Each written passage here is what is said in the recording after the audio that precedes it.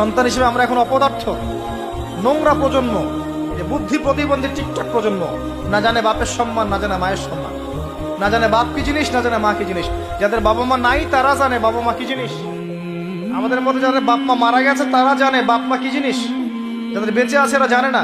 নবী সাল্লাল্লাহু আলাইহি ওয়াসাল্লাম বলেছেন, ওই ব্যক্তির জন্য ধ্বংস যে ব্যক্তি পিতা মাতাকে পেয়েছে তাদের খেদমত করে জান্নাত লাভ করতে পারে নাই। এই ব্যক্তির জন্য চরম ধ্বংস। পিতা মাতাকে কষ্ট দিয়েন না।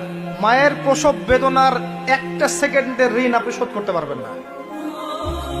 লুকমান আলাইহিস সালাম তার সন্তানকে বলছেন, ইয়া বুনাই লা তুশরিক বিল্লাহ ইন্নাশ শিরকা লাযুলমুন আযীম ওয়া ওয়াসাইনা আল ইনসানা বিওয়ালিদাইহি হুসনা। তোমার পিতামাতার সাথে ভালো আচরণ করো। হামালাতহু উম্মুহু ওয়াহনান আলা ওয়াহন। তোমার মা তোমাকে কষ্টের পর কষ্ট লালন করে সহ্য করে এই যে প্রসব করেছে। ওয়া ফিসালুহু ফি আমাইন, 2 বছর দুধ পান করিয়েছে।